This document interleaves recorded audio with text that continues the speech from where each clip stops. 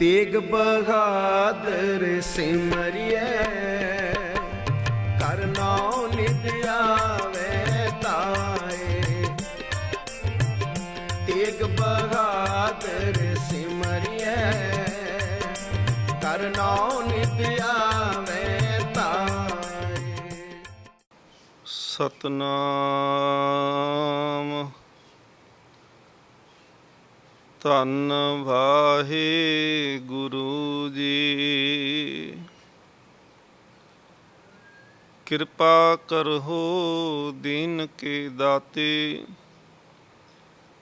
ਮੇਰਾ ਗੁਣ ਅਵਗੁਣ ਨਾ ਵਿਚਾਰੋ ਕੋਈ।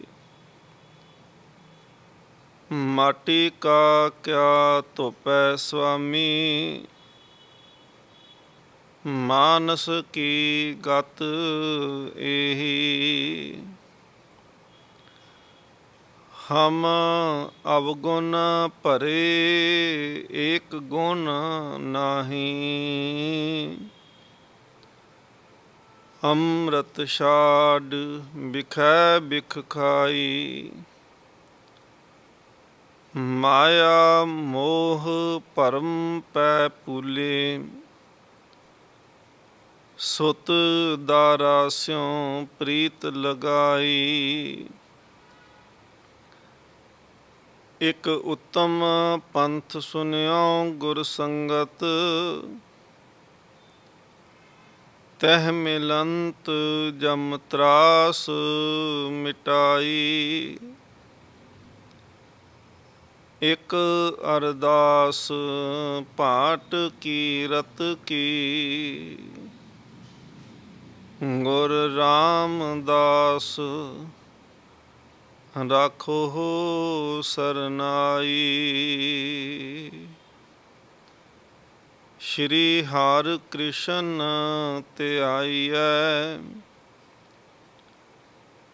ਜਿਸ ਡਿਠੈ ਸਭ ਦੁਖ ਜਾਏ।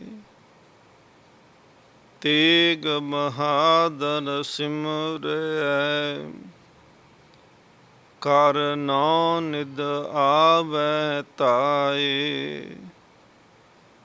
ਤੇਗ ਬਹਾਦਰ ਸਿਮਰੈ, ਕਰ ਨਾਉ ਨਿਧ ਆਵੈ ਤਾਏ। ਸਭ ਥਾਈ ਹੋਏ ਸਹਾਏ।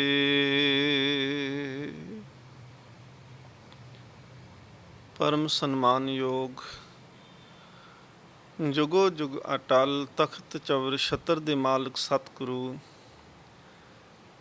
ਸ਼੍ਰੀ ਗੁਰੂ ਗ੍ਰੰਥ ਸਾਹਿਬ ਮਹਾਰਾਜ ਪਾਤਸ਼ਾਹ ਜੀ ਦੀ ਪਾਵਨ ਪਵਿੱਤਰ ਹਜ਼ੂਰੀ ਅੰਦਰ ਨੌਵੇਂ ਪਾਤਸ਼ਾਹ ਧੰਨ ਗੁਰੂ ਤੇਗ ਬਹਾਦਰ ਮਹਾਰਾਜ ਜੀ ਦੇ 400 ਸਾਲਾ ਪ੍ਰਕਾਸ਼ ਗੁਰਪੁਰਬ ਨੂੰ ਸਮਰਪਿਤ ਹੋ ਕਰਕੇ ਆਪ ਸੰਗਤ ਦੇਸ਼ ਵਿਦੇਸ਼ ਵਿੱਚ ਜੁੜ ਬੈਠ ਕੇ ਸਤਿਗੁਰੂ ਧੰਨ ਗੁਰੂ ਤੇਗ ਬਹਾਦਰ ਮਹਾਰਾਜ ਜੀ ਦਾ ਪਾਵਨ ਇਤਿਹਾਸ ਸਰਵਨ ਕਰ ਰਹੇ ਹੋ। ਸਤਿਗੁਰੂ ਮਹਾਰਾਜ ਬਖਸ਼ਿਸ਼ ਕਰਨ ਆਓ, ਗੁਰੂ ਕੇ ਚਰਨਾਂ ਦੇ ਵਿੱਚ ਪਹਿਲਾਂ ਹਾਜ਼ਰੀ ਲਗਾਉਣਾ ਕਰੀਏ। ਮਨ ਬਿਰਤੀਆਂ ਇਕਾਗਰ ਕਰਕੇ, ਭਾਵੇਂ ਕਿਤੇ ਵੀ ਅਸੀਂ ਬੈਠੇ ਹਾਂ, ਘਰਾਂ ਦੇ ਵਿੱਚ ਬੈਠ ਕਰਕੇ ਗੁਰੂ ਇਤਿਹਾਸ ਸੁਣ ਰਹੇ ਹਾਂ, ਮਨ ਕਰਕੇ ਗੁਰੂ ਕੀ ਹਜ਼ੂਰੀ ਵਿੱਚ ਬੈਠਣਾ ਕਰੀਏ। ਗੁਰੂ ਗੋਬਿੰਦ ਸਿੰਘ ਮਹਾਰਾਜ ਜੀ ਦੀ ਬਖਸ਼ਿਸ਼ ਫਤਿਹ ਪ੍ਰਵਾਨ ਕਰੋ ਜੀ। ਵਾਹਿਗੁਰੂ ਜੀ ਕਾ ਖਾਲਸਾ, ਵਾਹਿਗੁਰੂ ਜੀ ਕੀ ਫਤਿਹ। ਪਿਛਲੇ ਦੀਵਾਨ ਦੇ ਵਿੱਚ ਆਪ ਜੀ ਨੇ ਸਰਵਣ ਕੀਤਾ ਕਿ ਗੁਰੂ ਤੇਗ ਬਹਾਦਰ ਮਹਾਰਾਜ ਜਿਸ ਵੇਲੇ ਢਾਕੇ ਦੀ ਧਰਤੀ 'ਤੇ ਗਏ, ਇਸ ਧਰਤੀ ਦੇ ਉੱਤੇ ਗੁਰੂ ਨਾਨਕ ਦੇਵ ਮਹਾਰਾਜ ਜੀ ਨੇ ਚਰਨ ਪਾਏ। ਗੁਰੂ ਅਮਰਦਾਸ ਮਹਾਰਾਜ ਜੀ ਨੇ ਇੱਥੇ ਮੰਜੀ ਥਾਪੀ। ਗੁਰੂ ਹਰਗੋਬਿੰਦ ਸਾਹਿਬ ਮਹਾਰਾਜ ਜੀ ਦੇ ਸਮੇਂ ਭਾਈ ਅਲਮਸਤ ਜੀ ਨੇ ਇੱਥੇ ਭਾਈ ਨੱਥਾ ਜੀ ਨੂੰ ਜਿਹੜਾ ਇਸ ਸਥਾਨ 'ਤੇ ਇਸ ਇਲਾਕੇ ਦੇ ਵਿੱਚ ਪ੍ਰਚਾਰਕ ਥਾਪਿਆ। ਭਾਈ ਬੁਲਾਕੀ ਦਾਸ ਜਿਹੜੇ ਸਨ ਉਹ ਇਸ ਇਲਾਕੇ ਦੀ ਮਸੰਦ ਦੀ ਸੇਵਾ ਕਰਿਆ ਕਰਦੇ ਸੀ। ਸਤਿਗੁਰੂ ਮਹਾਰਾਜ ਜਿਸ ਵੇਲੇ ਪਹੁੰਚੇ, ਜਿਸ ਸਥਾਨ 'ਤੇ ਸਤਿਗੁਰੂ ਮਹਾਰਾਜ ਜੀ ਨੇ ਚਰਨ ਪਾਏ, ਉਹਨੂੰ ਕਹਿੰਦੇ ਨੇ ਸੰਗਤ ਟੋਲਾ। ਸੰਗਤ ਟੋਲੇ ਦੇ ਵਿੱਚ ਸਤਿਗੁਰੂ ਮਹਾਰਾਜ ਜੀ ਚਰਨ ਪਾਉਂਦੇ ਨੇ।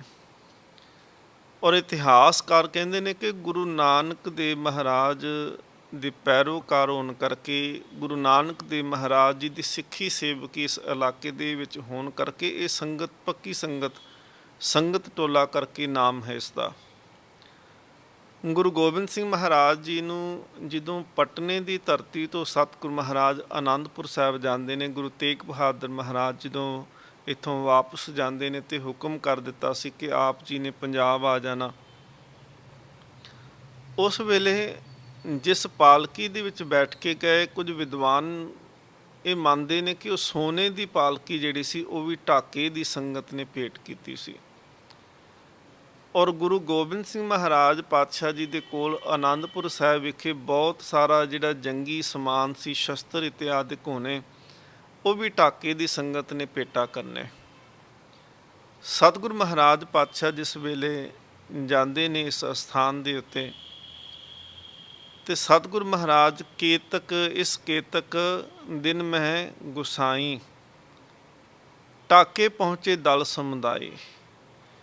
ਸਤਿਗੁਰੂ ਮਹਾਰਾਜ ਤੇ ਨਾਲ ਗੁਰਸਿੱਖਾਂ ਦਾ ਜਿਹੜਾ ਕਾਫਲਾ ਹੈ ਉਹਦੇ ਨਾਲ ਸਤਿਗੁਰੂ ਮਹਾਰਾਜ ਢਾਕੇ ਦੀ ਧਰਤੀ ਤੇ ਪਹੁੰਚੇ। ਢਾਕੇ ਨਗਰ ਮਝਾਰ ਮਸੰਦਾ ਬਸੇ ਬੁਲਾਕੀ ਦਾਸ ਬਿਲੰਦਾ।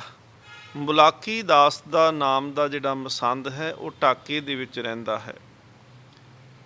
ਔਰ ਸਤਿਗੁਰੂ ਮਹਾਰਾਜ ਪਾਤਸ਼ਾਹ ਜੀ ਜਦੋਂ ਗਏ, ਇਹਦੀ ਮਾਤਾ ਜਿਹੜੀ ਸੀ ਬੁਲਾਕੀ ਦਾਸ ਸੀ, ਉਹ ਬੜੀ ਪ੍ਰੇਮ ਦੇ ਵਿੱਚ ਭਿੱਜੀ ਹੋਈ ਮਾਤਾ ਸੀ।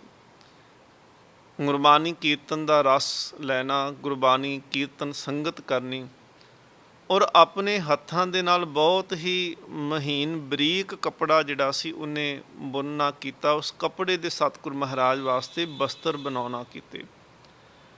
ਤੇ ਸਤਿਗੁਰੂ ਮਹਾਰਾਜ ਪਾਤਸ਼ਾਹ ਜੀ ਜਿਸ ਵੇਲੇ ਪਹੁੰਚਦੇ ਨੇ ਤੇ ਬੇਨਤੀ ਕੀਤੀ ਸੀ, ਸਤਿਗੁਰੂ ਮਹਾਰਾਜ ਆਪ ਇਹਨਾਂ ਬਸਤਰਾਂ ਨੂੰ ਅੰਗੀਕਾਰ ਕਰਨਾ ਕਰੋ। ਸਤਿਗੁਰੂ ਮਹਾਰਾਜ ਜੀ ਨੇ ਸ਼ਰਧਾ ਪੂਰਨ ਕੀਤੀ। ਬੁਲਾਕੀ ਦਾਸ ਦੀ ਮਾਤਾ ਦੇ ਵੱਲੋਂ ਭੇਟ ਕੀਤੇ ਹੋਏ ਬਸਤਰ ਸਤਿਗੁਰੂ ਮਹਾਰਾਜ ਜੀ ਨੇ ਅੰਗੀਕਾਰ ਕੀਤੇ। ਉਹਨੇ ਕੁਝ ਬੇਨਤੀਆਂ ਵੀ ਸਤਿਗੁਰੂ ਮਹਾਰਾਜ ਜੀ ਨੂੰ ਕੀਤੀਆਂ ਕਿ ਮਹਾਰਾਜ ਕਿਰਪਾ ਕਰੋ ਕਿ ਦਰਸ਼ਨ ਹੁੰਦੇ ਹੀ ਰਹਿਣ। ਸਤਿਗੁਰੂ ਮਹਾਰਾਜ ਜੀ ਨੇ ਸੁਭਾਵਕ ਕਿਹਾ ਕਿ ਹੁੰਦੇ ਹੀ ਰਹਿਣਗੇ, ਐਸਾ ਹੀ ਹੋਵੇਗਾ। ਸਤਿਗੁਰੂ ਮਹਾਰਾਜ ਜੀ ਨੂੰ ਨੇ ਪੁੱਛਿਆ ਸੀ, ਮਹਾਰਾਜ ਮੁਕਤੀ ਦਾ ਰਾਹ ਕੀ ਹੈ? ਸਤਿਗੁਰੂ ਜੀ ਨੇ ਸ਼ਬਦ ਉਚਾਰਨ ਕਰਕੇ ਮੁਕਤੀ ਦਾ ਰਾਹ ਜਿਹੜਾ ਸੀ ਮਾਤਾ ਜੀ ਨੂੰ ਦੱਸਣਾ ਕੀਤਾ, ਬੁਲਾਕੀ ਦਾਸ ਦੀ ਮਾਂ ਨੂੰ ਦੱਸਣਾ। ਦੂਸਰੇ ਪਾਸੇ ਜਿਹੜੇ ਇਲਾਕੇ ਦੇ ਪ੍ਰਚਾਰਕ ਸਨ ਭਾਈ ਨੱਥਾ ਜੀ, ਲੋਕ ਕਹਿੰਦੇ ਸਨ ਭਾਈ ਨੱਥਾ ਖਰਵਾ ਬੋਲਦੇ ਹਨ, ਗੁੱਸੇ ਦੇ ਨਾਲ ਬੋਲਦੇ ਹਨ। ਸਤਿਗੁਰੂ ਮਹਾਰਾਜ ਪਾਤਸ਼ਾਹ ਜੀ ਨੇ ਜਦੋਂ ਪੁੱਛਿਆ ਕਿ ਭਾਈ ਨੱਥਾ ਜੀ ਆਪ ਜੀ ਸੰਗਤ ਨੂੰ ਗਾਲ ਕੱਢਦੇ ਹੋ, ਗੁੱਸੇ ਦੇ ਨਾਲ ਬੋਲਦੇ ਹੋ, ਤੇ ਸਤਿਗੁਰੂ ਮਹਾਰਾਜ ਜੀ ਦੇ ਸਨਮੁਖ ਹੀ ਉਸੇ ਵੇਲੇ ਜਿਹੜੇ ਸੀ ਭਾਈ ਨੱਥੇ ਨੇ ਇਹ ਬਚਨ ਕਹਿ ਦਿੱਤੇ, ਕਹਿਣ ਲੱਗੇ ਧੀਕੇ ਰੋੜੇ। ਮਹਾਰਾਜ ਧੀਕੇ ਰੋੜੇ ਝੂਠ ਬੋਲਦੇ ਨੇ।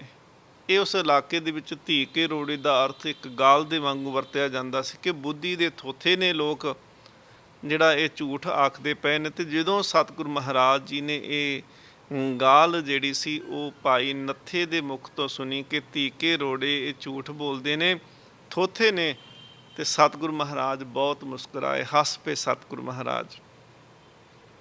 ਮਹਾਰਾਜ ਕਹਿੰਦੇ ਨੇ, ਨੱਥਾ ਭਾਈ ਨੱਥਾ ਤੂੰ ਸਾਡੇ ਸਾਹਮਣੇ ਹੀ ਗਾਲ ਕੱਢ ਦਿੰਦਾ ਹੈ। ਫਿਰ ਸਤਿਗੁਰੂ ਮਹਾਰਾਜ ਜੀ ਨੇ ਮੁਸਕਰਾ ਕੇ ਕਿਹਾ ਸੀ ਕਿ ਬਹੁ ਹੱਸੇ ਦਿਆਲ ਸਿੱਖਣ ਸਮਝਾਇਆ। ਮਹਾਰਾਜ ਹੱਸ ਕਰਕੇ ਤੇ ਸਿੱਖਾਂ ਨੂੰ ਸਮਝਾਉਣਾ ਕੀਤਾ, ਨੱਥੇ ਕੀ ਗਾਲ ਜਾਨੋ ਤੁਮ ਦਾਇਆ। ਇਹ ਮਹਾਰਾਜ ਜਿਵੇਂ ਬਾਣੀ 'ਚ ਵੀ ਉਪਦੇਸ਼ ਦਿੱਤਾ ਹੈ ਕਿ ਬਾਹਰੋਂ ਭੁੱਲ ਚੁੱਕ ਬੋਲਦੇ ਪੀ ਖਰੇ ਹਰ ਪਾਣੇ, ਕਿ ਕਈ ਵਾਰੀ ਜਿੰਦਾ ਹਿਰਦਾ ਅੰਦਰੋਂ ਟਿਕਿਆ ਹੁੰਦਾ ਹੈ, ਸਤਿਗੁਰੂ ਮਹਾਰਾਜ ਕਹਿੰਦੇ ਨੇ ਉਹ ਬਾਹਰੋਂ ਬੋਲਿਆ ਜਿਹੜਾ ਜੇਕਰ ਉਹ ਕਿਤੇ ਕਬੋਲ ਵੀ ਮੂੰਹ ਦੇ ਵਿੱਚੋਂ ਨਿਕਲ ਜਾਵੇ ਤੇ ਸਤਿਗੁਰੂ ਮਹਾਰਾਜ ਕਹਿੰਦੇ ਉਹ ਤਾਂ ਵੀ ਪਰਮਾਤਮਾ ਦੇ ਦਰ ਤੇ ਪ੍ਰਵਾਨ ਹੋ ਜਾਂਦਾ ਹੈ। ਬਹੁ ਹੱਸੇ ਦਿਆਲ ਸਿੱਖਣ ਸਮਝਾਇਆ। ਸਤਿਗੁਰੂ ਮਹਾਰਾਜ ਹੱਸ ਕਰਕੇ ਬਹੁ ਹੱਸੇ, ਬਹੁਤ ਖੁਸ਼ ਹੋਏ ਤੇ ਮਹਾਰਾਜ ਜੀ ਨੇ ਸਿੱਖਾਂ ਨੂੰ ਸਮਝਾਉਣਾ ਕੀਤਾ, ਨੱਥੇ ਕੀ ਗਾਲ ਜਾਨੋ ਤੁਮ ਦਾਇਆ।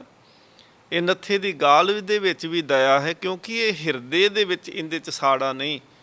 ਹਿਰਦੇ ਦੇ ਵਿੱਚ ਈਰਖਾ ਕਰਕੇ, ਨਫ਼ਰਤ ਕਰਕੇ ਇਹ ਗਾਲ ਨਹੀਂ ਕੱਢਦਾ। ਇਹ ਹਿਰਦੇ ਸੁੱਧ ਬੈਰ ਨਹੀਂ ਜਾਣੇ, ਇਹ ਹਿਰਦੇ ਸੁੱਧ, ਇਹ ਹਿਰਦੇ ਦਾ ਮਨ ਕਰਕੇ ਸਤਿਗੁਰ ਮਹਾਰਾਜ ਕਹਿੰਦੇ ਇਹ ਸ਼ੁੱਧ ਹੈ। ਵੈਰ ਨਹੀਂ ਜਾਣੇ, ਇਹ ਵੈਰ ਕਰਨਾ ਨਹੀਂ ਜਾਣਦਾ, ਇਹਦੇ ਮਨ ਦੇ ਵਿੱਚ ਵੈਰ ਨਹੀਂ। ਮੇਰਾ ਬਚਨ ਸਤ ਕਰ ਮਾਨੇ। ਸਤਿਗੁਰ ਮਹਾਰਾਜ ਕਹਿੰਦੇ ਨੇ ਸਾਡੇ ਬਚਨਾਂ ਨੂੰ ਸਤ ਕਰਕੇ ਜਾਣੋ, ਜਿਵੇਂ ਭਾਈ ਨੱਥੇ ਨੇ ਸਤ ਕਰਕੇ ਕਮਾਉਣਾ ਕੀਤਾ ਹੈ। ਮੇਰਾ ਬਚਨ ਸਤ ਕਰ ਮਾਨੇ। ਸਤਿਗੁਰ ਮਹਾਰਾਜ ਕਹਿੰਦੇ ਮੇਰੇ ਹੁਕਮ ਨੂੰ ਇਹ ਸੱਚਾ ਕਰਕੇ ਜਾਣਦਾ ਹੈ। ਇਹ ਸੂਦਾ ਫਕੀਰ ਸੂਦੀ ਕਹੇ ਬਾਤ। ਇਹ ਸੂਦਾ ਫਕੀਰ ਸੂਦੀ ਕਹੇ ਬਾਤ। ਮਹਾਰਾਜ ਕਹਿੰਦੇ ਨੇ ਇਹ ਬਿਲਕੁਲ ਸੱਚਾ ਤੇ ਸ਼ੁੱਧ ਹੋਇਆ ਫਕੀਰ ਹੈ। ਤੇ ਜਿਹੜੀ ਵੀ ਇਹ ਬਚਨ ਕਹਿੰਦਾ ਹੈ, ਜਿਹੜੀ ਵੀ ਇਹ ਗੱਲ ਕਹਿੰਦਾ ਹੈ, ਇਹ ਸਿੱਧੀ ਸ਼ੁੱਧ ਕਹਿੰਦਾ ਹੈ, ਉਹਦੇ ਵਿੱਚ ਮਿਲਾਵਟ ਨਹੀਂ। ਬਹੁਤਾ ਮਿੱਠਾ ਬੋਲਣ ਵਾਲੇ ਕਈ ਵਾਰੀ ਬੋਲਦੇ ਤੇ ਮਿੱਠਾ ਜ਼ਰੂਰ ਨੇ, ਪਰ ਉਹਨਾਂ ਦੇ ਮਨ ਦੇ ਵਿੱਚ ਕੁਝ ਹੋਰ ਹੁੰਦਾ ਹੈ ਤੇ ਮੁੱਖ ਦੇ ਵਿੱਚ ਮਿੱਠੀ ਬਾਣੀ ਜਿਹੜੀ ਹੈ। ਸਤਿਗੁਰੂ ਮਹਾਰਾਜ ਕਹਿੰਦੇ ਨਾ ਜਿਨ ਮਨ ਹੋਰ ਮੁੱਖ ਹੋਰ ਸੇ ਕਾਂਢੇ ਕੱਚਿਆ। ਹੁਣ ਮਨ ਦੇ ਵਿੱਚ ਕੁਝ ਹੋਰ ਹੋਵੇ, ਮੁੱਖ ਦੇ ਵਿੱਚੋਂ ਬੜੀਆਂ ਮਿੱਠੀਆਂ ਮਿੱਠੀਆਂ ਗੱਲਾਂ ਕਰਦਾ ਹੋਵੇ ਤੇ ਮਨ ਦੇ ਵਿੱਚ ਸੋਚਦਾ ਹੋਵੇ ਕਿ ਮੈਂ ਫਲਾਣੇ ਦਾ ਨੁਕਸਾਨ ਕਿਵੇਂ ਕਰਨਾ। ਸਤਿਗੁਰੂ ਮਹਾਰਾਜ ਕਹਿੰਦੇ ਨੇ ਉਹਦੇ ਨਾਲੋਂ ਤੇ ਭਾਈ ਨੱਥੇ ਦੇ ਬਚਨ ਸੁੱਧ ਨੇ, ਉਹ ਸਾਫ਼ ਨੇ, ਉਹ ਪਾਕ ਨੇ। ਇਹ ਅੰਗੀ ਸੂਦੇ ਮਾਰਗ ਜਾਤ। ਇਹ ਅੰਗੀ ਤੋਂ ਭਾਵ ਸੀ ਕਿ ਜਿਹੜਾ ਇਹਦਾ ਸਾਥ ਕਰਨਗੇ, ਜਿਹੜਾ ਭਾਈ ਨੱਥੇ ਦੀ ਸੰਗਤ ਕਰਨਗੇ, ਇਹ ਅੰਗੀ ਸੂਦੇ ਮਾਰਗ ਜਾਤ। ਇਹ ਇਹਦੇ ਸਾਥੀ ਜਿਹੜੇ ਹਨ ਉਹ ਸੱਚੇ ਮਾਰਗ 'ਤੇ ਚੱਲ ਪੈਣਗੇ, ਉਹਨਾਂ ਨੂੰ ਸੱਚ ਧਰਮ ਦੀ ਪ੍ਰਾਪਤੀ ਹੋ ਜਾਏਗੀ। ਸੱਚੇ ਮਾਰਗ ਚੱਲਦਿਆਂ ਉਸਤਤ ਕਰੇ ਜਹਾਨ। ਸਤਿਗੁਰ ਮਹਾਰਾਜ ਜੀ ਨੇ ਸੰਗਤ ਦਾ ਭਰਮ ਮੇਟਣਾ ਕੀਤਾ। ਸੰਗਤ ਨੇ ਬੇਨਤੀ ਕੀਤੀ, ਮਾਤਾ ਬੁਲਾਕੀ ਦਾਸ ਦੀ ਜਿਹੜੀ ਮਾਤਾ ਹੈ ਉਹਨੇ ਫਿਰ ਸਤਿਗੁਰ ਮਹਾਰਾਜ ਨੂੰ ਕਿਹਾ ਕਿ ਮਹਾਰਾਜ ਆਪ ਕਿਰਪਾ ਕਰੋ। ਆਪ ਜੀ ਨੇ ਇਹ ਵੀ ਸਾਡਾ ਭਰਮ ਦੂਰ ਕਰ ਦਿੱਤਾ ਕਿ ਨੱਥਾ ਕੌੜਾ ਬੋਲਦਾ ਹੈ, ਤੇ ਆਪ ਜੀ ਦੇ ਬਚਨ ਹੁਣ ਸੱਤ ਨੇ ਕਿ ਜਿਹੜਾ ਇਹਦਾ ਸਾਥ ਦੇਵੇਗਾ, ਇਹਦੀ ਸੰਗਤ ਕਰੇਗਾ, ਉਹਦਾ ਵੀ ਉਧਾਰ ਹੋ ਜਾਵੇਗਾ। ਤੇ ਸਤਿਗੁਰ ਮਹਾਰਾਜ ਆਪ ਕਿਰਪਾ ਕਰੋ, ਆਪ ਮੁਕਤੀ ਦਾ ਮਾਰਗ ਸਾਨੂੰ ਬਖਸ਼ਿਸ਼ ਕਰਨਾ ਕਰੋ। ਗੁਰੂ ਤੇਗ ਬਹਾਦਰ ਮਹਾਰਾਜ ਜੀ ਨੇ ਫਿਰ ਮੁਕਤੀ ਦਾ ਮਾਰਗ ਬਖਸ਼ਿਸ਼ ਕੀਤਾ। ਮਹਾਰਾਜ ਕਹਿੰਦੇ ਨੇ ਕੋ ਮਾਈ ਭੁੱਲਿਓ ਮਨ ਸਮਝਾਵੇ। ਮਹਾਰਾਜ ਕਹਿੰਦੇ ਨੇ ਕੋਈ ਐਸਾ ਹੋਵੇ ਜਿਹੜਾ ਭੁੱਲੇ ਹੋਏ ਮਨ ਨੂੰ ਸਮਝਾਉਣਾ ਕਰੇ। ਵੇਦ ਪੁਰਾਨ ਸਾਧ ਮਗ ਸੁਣ ਕਰ ਨਿਮਖ ਨ ਹਰ ਗੁਣ ਗਾਵੇ। ਧਾਰਮਿਕ ਗ੍ਰੰਥ ਵੇਦ ਪੁਰਾਨ ਤੋਂ ਭਾਵ ਕਿ ਧਰਮ ਦੇ ਜਿਹੜੇ ਗ੍ਰੰਥ ਨੇ ਉਹਨਾਂ ਨੂੰ ਤੇ ਸੁਣਦਾ ਹੈ। ਗੁਰਮੁਖ ਪਿਆਰਿਆਂ ਦੇ ਮੁਖ ਤੋਂ ਸਾਧ ਜਨਾਂ ਦੇ ਮਾਰਗ ਨੂੰ ਸੁਣਦਾ ਤੇ ਜ਼ਰੂਰ ਹੈ। ਵੇਦ ਪੁਰਾਨ ਸਾਧ ਮਗ ਸੁਣ ਕਰ ਨਿਮਖ ਨ ਹਰ ਗੁਣ ਗਾਵੇ। ਹੁਣ ਵੇਦ ਪੁਰਾਨ ਸਿਮਰਤ ਸ਼ਾਸਤਰ ਜੋ ਵੀ ਅਸੀਂ ਚਲੋ ਧਰਮ ਗ੍ਰੰਥ ਨੇ, ਜੋ ਵੀ ਕਿਸੇ ਵੀ ਧਰਮ ਦਾ ਗ੍ਰੰਥ ਹੈ, ਗੁਰੂ ਗ੍ਰੰਥ ਸਾਹਿਬ ਮਹਾਰਾਜ ਪਾਤਸ਼ਾਹ ਜੀ ਦੀ ਜੀ ਚਲੋ ਅਸੀਂ ਗੱਲ ਕਰਦੇ ਹਾਂ ਕਿ ਸਤਿਗੁਰ ਮਹਾਰਾਜ ਜੀ ਦੇ 1433 ਅੰਗ ਨੇ, ਤੇ 1430 ਅੰਗ ਦੇ ਵਿੱਚੋਂ ਕੋਈ ਵੀ ਐਸਾ ਅੰਗ ਨਹੀਂ ਸਤਿਗੁਰ ਮਹਾਰਾਜ ਜੀ ਦਾ ਜਿੱਥੇ ਨਾਮ ਦੀ ਗੱਲ ਨਾ ਕੀਤੀ ਹੋਵੇ। ਕਿਸੇ ਵੱਖ-ਵੱਖ ਰੂਪਾਂ ਦੇ ਵਿੱਚ ਕੀਤੀ ਗਈ। ਕਿਤੇ ਸਤਿਗੁਰ ਮਹਾਰਾਜ ਸਿੱਧਿਆਂ ਕਹਿੰਦੇ ਆ ਕਿ ਨਾਮ ਜਪੇਗਾ ਤੇ ਜੀਵਨ ਸਫਲਾ ਹੋਏਗਾ। ਕਿਤੇ ਸਤਿਗੁਰ ਮਹਾਰਾਜ ਕੋਈ ਉਦਾਹਰਨ ਦੇ ਕਰਕੇ ਸਮਝਾਉਣਾ ਕਰਦੇ ਨੇ ਕਿ ਜਾਂ ਕੋ ਸਿਮਰ ਅਜਾਮਲ ਉਦਰਿਓ, ਜਿਵੇਂ ਅਜਾਮਲ ਉਦਰ ਗਿਆ, ਗਨਕਾ ਜਿਹੜੀ ਸੀ ਉਹ ਤਰ ਗਈ। ਸਤਿਗੁਰ ਮਹਾਰਾਜ ਉਦਾਹਰਨਾਂ ਦੇ ਕਰਕੇ ਵੀ ਸਮਝਾਉਂਦੇ ਨੇ। ਤੇ ਮਹਾਰਾਜ ਪਾਤਸ਼ਾਹ ਕਹਿੰਦੇ ਨੇ ਕਿ ਇਵੇਂ ਦਾ ਕੰਮ ਕਰ ਜਿੰਦੇ ਕਰਕੇ ਤੇਰਾ ਜੀਵਨ ਸਫਲਾ ਹੋ ਜਾਏ। 1430 ਅੰਗਾਂ ਨੂੰ ਜਦੋਂ ਅਸੀਂ ਪੜ੍ਹਾਂਗੇ, ਹਰ ਅੰਗ ਤੇ ਨਾਮ ਦੀ ਗੱਲ ਹੈ। ਗੁਰੂ ਤੇਗ ਬਹਾਦਰ ਮਹਾਰਾਜ ਜੀ ਇੱਥੇ ਕਿਰਪਾ ਕੀਤੀ। ਵੇਦ ਪੁਰਾਨ ਸਾਧ ਮਗ ਸੁਣ ਕਰ। ਵੇਦ ਵੀ ਸੁਣੇ, ਪੁਰਾਨ ਧਾਰਮਿਕ ਗ੍ਰੰਥ ਸੁਣੇ, ਨਾਮ ਅਭਿਆਸੀਆਂ ਦੀ ਸੰਗਤ ਵੀ ਕੀਤੀ। ਪਰ ਹੁਣ ਦੇਖੋ ਸੰਗਤ ਕਰ ਲੈਣੀ ਤਾਂ ਭਾਵ ਇਹ ਨਹੀਂ ਹੁੰਦਾ ਕਿ ਉਸ ਵੇਲੇ ਉਸ ਚੀਜ਼ ਦਾ ਚਲੋ ਬਹੁਤਾ ਅਸਰ ਨਹੀਂ, ਥੋੜ੍ਹਾ ਅਸਰ ਚਲੋ ਮਨ ਨੇ ਕਬੂਲਿਆ ਜ਼ਰੂਰ। ਪਰ ਹੁਣ ਸੰਗਤ ਦੇ ਵਿੱਚ ਤੇ ਬਾਰ-ਬਾਰ ਇਹ ਗੱਲ ਆਖੀ ਜਾਂਦੀ ਹੈ ਕਿ ਅੰਮ੍ਰਿਤ ਵੇਲੇ ਉਠੋ, ਨਾਮ ਜਪੋ, ਸੇਵਾ ਕਰੋ, ਸੰਗਤ ਕਰੋ। ਪਰ ਜੇਕਰ ਸੰਗਤ ਕਰਕੇ ਆ ਕਰਕੇ ਵੀ ਮਨ ਨੇ ਸੁਣ ਵੀ ਲਿਆ, ਉਪਦੇਸ਼ ਵੀ ਉੱਥੇ ਸਰਵਣ ਕੀਤਾ, ਤੇ ਉਸ ਉਪਦੇਸ਼ ਦੇ ਕਰਕੇ ਜਿਹੜਾ ਸੀ ਉਹ ਮਨ ਨੂੰ ਚਾਹੀਦਾ ਸੀ ਕਿ ਉਹ ਉਸ ਰਸਤੇ 'ਤੇ ਤੁਰ ਪੈਂਦਾ ਕਿ ਹਾਂ ਮੈਂ ਸੰਗਤ 'ਚ ਸੁਣ ਕੇ ਆਇਆ, ਮੈਂ ਕਥਾ 'ਚ ਕੀਰਤਨ ਦੇ ਵਿੱਚ ਸੁਣਿਆ ਕਿ ਨਾਮ ਜਪਿਆ ਕਰੋ। ਪਰ ਆ ਕਰਕੇ ਜਿਹੜਾ ਸੀ ਫਿਰ ਉਸੇ ਤਰ੍ਹਾਂ ਰਾਤ ਸੁੱਤਿਆਂ ਲੰਘ ਗਈ, ਦਿਨ ਵੀ ਕੰਮਕਾਰ ਝੂਠ ਦੇ ਵਿੱਚ, ਫਰੇਬ ਦੇ ਵਿੱਚ, ਧੋਖਿਆਂ ਦੇ ਵਿੱਚ ਲੰਘ ਗਿਆ। ਫਿਰ ਉਹ ਐਸੀ ਸੰਗਤ ਕੀਤੀ ਦਾ ਅਸਰ ਮਹਾਰਾਜ ਕਹਿੰਦੇ ਨੇ ਕੀ ਹੋਵੇਗਾ। ਧਾਰਮਿਕ ਗ੍ਰੰਥ ਸੁਣਿਆ ਕੁਛ ਕੱਲਾ ਪ੍ਰਾਪਤ ਨਹੀਂ ਹੋਏਗਾ। ਸਤਿਗੁਰੂ ਮਹਾਰਾਜ ਕਹਿੰਦੇ ਨੇ ਧਾਰਮਿਕ ਗ੍ਰੰਥ ਜੋ ਕਹਿੰਦੇ ਪਏ ਨੇ ਉਹ ਮੰਨਣਾ ਜ਼ਰੂਰ ਪੈਣਾ ਹੈ। ਸੁਣਿਆ, ਮੰਨਿਆ, ਮਨ ਕੀਤਾ ਪਾਓ। ਸੁਣੋ ਤੇ ਸੁਣਨ ਤੋਂ ਬਾਅਦ ਉਹਨੂੰ ਮੰਨਣਾ ਕਰੋ। ਮੰਨਣ ਤੋਂ ਬਾਅਦ ਉਹਨੂੰ ਹਿਰਦੇ ਵਿੱਚ ਵਸਾ ਲਓ ਕਿ ਗੁਰੂ ਆਹ ਉਪਦੇਸ਼ ਦਿੰਦਾ ਹੈ, ਅਸੀਂ ਇਸ ਉਪਦੇਸ਼ ਤੇ ਤੁਰਨਾ ਹੈ। ਦੁਰਲੱਭ ਦੇਹ ਪਾਏ ਮਾਨਸ ਕੀ, ਮਿਰਥਾ ਜਨਮ ਸਰਾਵੇ। ਮਹਾਰਾਜ ਕਹਿੰਦੇ ਨੇ ਕਿ ਇਹ ਸਰੀਰ ਮਨੁੱਖਾ ਮਿਲ ਜਾਣਾ ਇਹ ਕੋਈ ਛੋਟੀ ਗੱਲ ਨਹੀਂ। ਅਸੀਂ ਚਲੋ ਵੇਖਾਂਗੇ ਸੰਸਾਰ ਦੇ ਵਿੱਚ ਕਿ ਕਿੰਨੀ ਆਬਾਦੀ ਹੋ ਗਈ, ਕਿੰਨੇ ਦੇਸ਼ ਦੀ ਕਿੰਨੀ ਜਨਸੰਖਿਆ ਹੋ ਗਈ, ਲੋਕ ਨਿਤ ਨਵਾਂ ਜੀ ਜਿਹੜਾ ਹੈ ਉਹ ਸੰਸਾਰ ਦੇ ਉੱਤੇ ਆਉਂਦਾ ਪਿਆ ਹੈ। ਇੱਥੋਂ ਤੱਕ ਕਿ ਜਿਸ ਦਿਨ ਸਾਡਾ ਜਨਮ ਹੋਇਆ ਉਸ ਦਿਨ ਸਾਡੇ ਨਾਲ ਕਈ ਐਸੇ ਕੰਨ ਸੀ ਜਿਹੜੇ ਮਾਂ ਦੇ ਉਦਰ ਤੱਕ ਪਹੁੰਚਣਾ ਚਾਹੁੰਦੇ ਸੀ, ਪਰ ਪ੍ਰਮਾਤਮਾ ਨੇ ਸਾਨੂੰ ਚੁਣ ਕਰਕੇ ਇਹ ਮਨੁੱਖਾ ਸਰੀਰ ਦਾ ਅਵਸਰ ਦੇ ਦਿੱਤਾ। ਮਹਾਰਾਜ ਕਹਿੰਦੇ ਦੁਰਲੱਭ ਦੇਹ ਪਾਏ ਮਾਨਸ ਕੀ। ਦੁਰਲੱਭ ਦੇ ਅਰਥ ਜੇ ਸੌਖੇ ਸ਼ਬਦਾਂ 'ਚ ਕਰਨੇ ਹੋਣ ਤਾਂ ਇਹ ਹੁੰਦੇ ਨੇ ਕਿ ਜਿਹੜੀ ਚੀਜ਼ ਲੱਭਿਆ ਨਹੀਂ ਲੱਭ ਸਕਦੀ, ਮੁੱਲ ਦਿੱਤਿਆਂ ਵੀ ਪ੍ਰਾਪਤ ਨਹੀਂ ਹੋ ਸਕਦੀ, ਖਰੀਦੀ ਨਹੀਂ ਜਾ ਸਕਦੀ। ਆਪਣੀ ਸਾਡੀ ਕੋਈ ਤਾਕਤ ਨਹੀਂ ਕਿ ਅਸੀਂ ਇਸ ਮਨੁੱਖਾ ਸਰੀਰ ਨੂੰ ਪ੍ਰਾਪਤ ਰੱਬ ਤੋਂ ਸਿੱਧੇ ਕਰ ਸਕੀਏ। ਇਹ ਤਾਂ ਉਹਦਾ ਕਿਰਪਾ ਹੈ ਕਿ ਉਹ ਸਾਡੇ 'ਤੇ ਤਰੁੱਟ ਕਰਕੇ ਸਾਨੂੰ ਮਨੁੱਖਾ ਸਰੀਰ ਦੇ ਦਿੱਤਾ। ਪਰ ਅੱਗੇ ਅਸੀਂ ਆ ਕੇ ਇਸ ਸਰੀਰ ਤੋਂ ਕੋਈ ਲਾਭ ਲੈਂਦੇ ਹਾਂ ਕਿ ਇਕੱਲਾ ਸਰੀਰ ਨੂੰ ਇੱਕ ਮਸ਼ੀਨ ਬਣਾ ਕਰਕੇ ਤੇ ਕੇਵਲ ਪੈਸੇ ਧਨ ਕਮਾਉਣ ਤੱਕ ਸੀਮਤ ਹਾਂ। ਦੁਰਲੱਭ ਦੇਹ ਪਾਏ ਮਾਨਸ ਕੀ, ਬਿਰਥਾ ਜਨਮ ਸਿਰਾਵੇ। ਮਹਾਰਾਜ ਕਹਿੰਦੇ ਨੇ ਮਿਲਿਆ ਤੇ ਉਹ ਸਰੀਰ ਸੀ ਜਿਹੜਾ ਦੁਰਲੱਭ ਸੀ, ਪਰ ਸਤਿਗੁਰੂ ਮਹਾਰਾਜ ਕਹਿੰਦੇ ਨੇ ਬਿਰਥਾ ਜਨਮ ਸਿਰਾਵੇ। ਸਾਰਾ ਜਨਮ, ਸਾਰੀ ਜ਼ਿੰਦਗੀ, ਜਿੰਨੇ ਸਵਾਸ ਮਿਲੇ ਸੀ ਉਹ ਸਾਰੇ ਵਿਅਰਥ ਹੀ ਤੁਰੇ ਗਏ, ਵਿਅਰਥ ਹੀ ਤੁਰੇ ਜਾ ਰਹੇ ਨੇ, ਵਿਅਰਥ ਹੀ ਲੰਘਦੇ ਜਾ ਰਹੇ ਨੇ। ਮਹਾਰਾਜ ਕਹਿੰਦੇ ਨੇ ਮਾਇਆ ਮੋਹ ਮਹਾ ਸੰਕਟ ਬਨ, ਤਾਂ ਸਿਉ ਰੁਚ ਉਪਜਾਵੇ। ਮਹਾਰਾਜ ਕਹਿੰਦੇ ਨੇ ਕਿ ਹਰ ਵੇਲੇ ਜੀਵ ਦੇ ਅੰਦਰ ਵਿਕਾਰ ਚੱਲਦੇ ਨੇ, ਤ੍ਰਿਸ਼ਨਾ ਚੱਲਦੀ ਹੈ, ਮਾਇਆ ਦੀ ਖਿੱਚ ਲਾਲਸਾ ਚੱਲਦੀ ਹੈ, ਮੋਹ ਚੱਲਦਾ ਹੈ। ਇਸ ਮਹਾ ਸੰਕਟ ਮਾਇਆ ਦੇ ਵਿੱਚ ਮਹਾਰਾਜ ਕਹਿੰਦੇ ਨੇ ਜੀਵ ਫਸਿਆ ਹੈ, ਤਾਂ ਸਿਉ ਰੁਚ ਉਪਜਾਵੇ। ਕਹਿੰਦੇ ਨੇ ਰੁਚੀ ਸੁਭਾਅ ਜਿਹੜਾ ਹੈ ਉਹ ਸੁਭਾਅ ਇਸ ਮਾਇਆ ਦੇ ਵਿੱਚ ਫਸਿਆ ਪਿਆ ਹੈ, ਛਲ ਦੇ ਵਿੱਚ ਫਸਿਆ ਪਿਆ ਹੈ। ਅੰਤਰ ਬਾਹਰ ਸਦਾ ਸੰਗ ਪ੍ਰਭ, ਤਿਆਂ ਸਿਉ ਨੇਹੋ ਨਾ ਲਾਵੇ। ਕੱਲਾ ਰੱਬ ਬਾਹਰ ਨਹੀਂ, ਕੱਲਾ ਰੱਬ ਅੰਦਰ ਵੀ ਨਹੀਂ।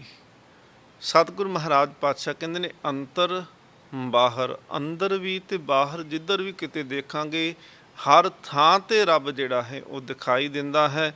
ਅੰਤਰ ਬਾਹਰ ਸਦਾ ਸੰਗ ਪ੍ਰਭ, ਤਾਂ ਸਿਉ ਨੇਹੋ ਨਾ ਲਾਵੇ। ਨੇਹੋ ਤੋਂ ਭਾਵ ਹੁੰਦਾ ਹੈ ਕਿ ਪ੍ਰੇਮ ਨਹੀਂ ਪਾਉਂਦਾ। ਜਿਨ ਪ੍ਰੇਮ ਕੀਓ ਤਿਨ ਹੀ ਪ੍ਰਭ ਪਾਇਓ। ਜੋ ਤੋ ਪ੍ਰੇਮ ਖੇਲਣ ਕਾ ਚਾਓ, ਸਿਰ ਤਰ ਤਲੀ ਗਲੀ ਮੇਰੀ ਆਓ। ਰੇ ਮਨ ਕਿਉਂ ਛੂਟੇ ਬਿਨ ਪਿਆਰ। ਮਹਾਰਾਜ ਕਹਿੰਦੇ ਨੇ ਇਸ ਪ੍ਰੇਮ ਤੋਂ ਬਗੈਰ, ਇਸ ਨੇਹ ਤੋਂ ਬਗੈਰ, ਇਸ ਪਰਮਾਤਮਾ ਦੇ ਨਾਮ ਦੇ ਵਿੱਚ ਜੁੜਨ ਤੋਂ ਬਗੈਰ ਸਤਿਗੁਰੂ ਮਹਾਰਾਜ ਕਹਿੰਦੇ ਨੇ ਕਿਵੇਂ ਇਹ ਦੁਰਲੱਭ ਦੇਹ ਜਿਹੜੀ ਹੈ, ਇਹ ਮਨੁੱਖਾ ਸਰੀਰ ਜਿਹੜਾ ਹੈ ਕਿਵੇਂ ਸਫਲਾ ਹੋਵੇਗਾ। ਨਾਨਕ ਮੁਕਤ ਤਾਹੇ ਤੁਮ ਮਾਨੋ, ਜਹ ਘਟ ਰਾਮ ਸਮਾਵੇ। ਬਲਾਕੀ ਦਾਸ ਦੀ ਮਾਂ ਕਹਿੰਦੀ ਹੈ ਕਿ ਸਤਿਗੁਰੂ ਮਹਾਰਾਜ ਮੁਕਤੀ ਕਿਵੇਂ ਮਿਲਦੀ ਹੈ, ਤੇ ਮਹਾਰਾਜ ਕਹਿੰਦੇ ਨੇ ਕਿ ਨਾਨਕ ਮੁਕਤ ਤਾਹੇ ਤੁਮ ਜਾਨੋ। ਤੁਸੀਂ ਉਹਨੂੰ ਤਾਹੇ ਤੁਮ ਮਾਨੋ, ਉਹਨੂੰ ਮੁਕਤ ਜਾਣ ਲਓ, ਉਹਨੂੰ ਸਮਝ ਲਓ ਕਿ ਉਹ ਜਿਉਂਦਿਆਂ ਜੀ ਮੁਕਤ ਹੋ ਗਿਆ। ਕੌਣ ਮਹਾਰਾਜ ਹੁੰਦਾ ਹੈ? ਜਹ ਘਟ ਰਾਮ ਸਮਾਵੇ। ਜਿੰਦੇ ਘਟ ਦੇ ਇੱਥੇ ਅਰਥ ਨੇ ਕਿ ਹਿਰਦਾ, ਮਨ। ਜਿਸ ਦੇ ਮਨ ਦੇ ਵਿੱਚ, ਜਿਸ ਦੇ ਹਿਰਦੇ ਦੇ ਵਿੱਚ ਪਰਮਾਤਮਾ ਦਾ ਨਾਮ ਸਮਾ ਜਾਂਦਾ ਹੈ, ਪਰਮਾਤਮਾ ਦਾ ਨਾਮ ਵਸ ਜਾਂਦਾ ਹੈ। ਨਾਮ ਹਿਰਦੇ ਵਿੱਚ ਵਸਦਾ ਹੈ ਤੇ ਜੀਵ ਦੇ ਹਿਰਦੇ ਵਿੱਚ ਵਸਦਾ ਹੈ, ਤੇ ਜੀਵ ਦਾ ਮਨ ਜਿਹੜਾ ਹੈ ਉਹ ਪਰਮਾਤਮਾ ਵਿੱਚ ਜਾ ਕੇ ਵਸ ਜਾਂਦਾ ਹੈ। ਨਾਮ ਹਿਰਦੇ ਵਿੱਚ ਸਮਾਉਂਦਾ ਹੈ, ਤੇ ਜਿਸ ਦੇ ਹਿਰਦੇ ਵਿੱਚ ਨਾਮ ਸਮਾ ਜਾਏ ਉਹ ਸਦਾ ਵਾਸਤੇ ਫਿਰ ਰੱਬ ਦੇ ਵਿੱਚ ਸਮਾ ਜਾਂਦਾ ਹੈ। ਨਾਮ ਹਿਰਦੇ ਵਿੱਚ ਸਮਾਉਣ ਦੇ ਨਾਲ ਸਦਾ ਵਾਸਤੇ ਜੀਵ ਜਿਹੜਾ ਹੈ ਉਹ ਨਾਮ ਦੇ ਵਿੱਚ ਸਮਾ ਜਾਂਦਾ ਹੈ। ਸਤਿਗੁਰੂ ਮਹਾਰਾਜ ਪਾਤਸ਼ਾਹ ਜੀ ਨੇ ਕਿਰਪਾ ਕੀਤੀ। ਉਸ ਬੁਲਾਕੀ ਦਾਸ ਜਿਹੜੇ ਮਸੰਦ ਨੇ ਗੁਰੂ ਘਰ ਦੇ, ਉਹਦੀ ਮਾਤਾ ਨੇ ਜਦੋਂ ਉਪਦੇਸ਼ ਮੰਗਿਆ, ਇਸ ਤੋਂ ਬਾਅਦ ਵਿੱਚ ਉਹਨਾਂ ਨੇ ਕਿਰਪਾ ਕੀਤੀ, ਬੇਨਤੀ ਕੀਤੀ ਸਤਿਗੁਰੂ ਮਹਾਰਾਜ ਜੀ ਦੇ ਚਰਨਾਂ ਵਿੱਚ ਕਿ ਮਹਾਰਾਜ ਆਪ ਕਿਰਪਾ ਕਰੋ, ਕਿ ਸ਼ਬਦ ਦੇ ਵਿੱਚ ਤਾਂ ਆਪ ਜੀ ਦੇ ਦਰਸ਼ਨ ਹੁੰਦੇ ਨੇ, ਪਰ ਮਹਾਰਾਜ ਆਪ ਜੀ ਦੇ ਜੇ ਸਰੂਪ ਦੇ ਦਰਸ਼ਨ ਕਰਨੇ ਹੋਵਨ, ਆਪ ਜੀ ਦੇ ਚਿਹਰੇ ਦੇ, ਆਪ ਜੀ ਦਾ ਮਹਾਰਾਜ ਜਿਹੜੇ ਸਰੀਰ ਦੇ ਦਰਸ਼ਨ ਕਰਨੇ ਹੋਣ, ਤੇ ਸਤਿਗੁਰੂ ਮਹਾਰਾਜ ਕਿਵੇਂ ਹੋ ਸਕਦੇ ਨੇ।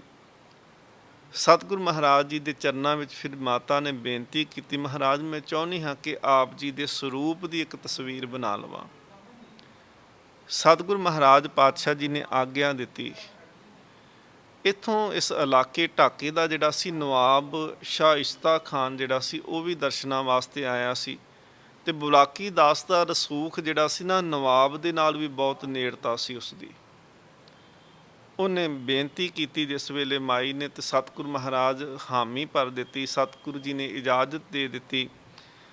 ਨਵਾਬ ਸ਼ਾਇਸਤਾ ਖਾਨ ਨੇ ਇੱਕ ਬੜੇ ਵਧੀਆ ਆਲਾ ਦਰਜੇ ਦਾ ਜਿਹੜਾ ਫੋਟੋ ਬਣਾਉਣ ਵਾਲਾ ਪੇਂਟਰ ਸੀ, ਉਹਨੂੰ ਜਿਹੜਾ ਸੀ ਉਹ ਪ੍ਰਬੰਧ ਕਰਾ ਦਿੱਤਾ ਕਿ ਫੋਟੋ ਬਣਾਏਗਾ। ਮਹਿਮਾ ਪ੍ਰਕਾਸ਼ ਦਾ ਲਿਖਾਰੀ ਕਹਿੰਦਾ, ਬੜਾ ਲਿਖਾਰੀ ਲਿਆਈ ਮਾਈ, ਸਤਿਗੁਰ ਹਜੂਰ ਤਸਵੀਰ ਲਿਖਾਈ।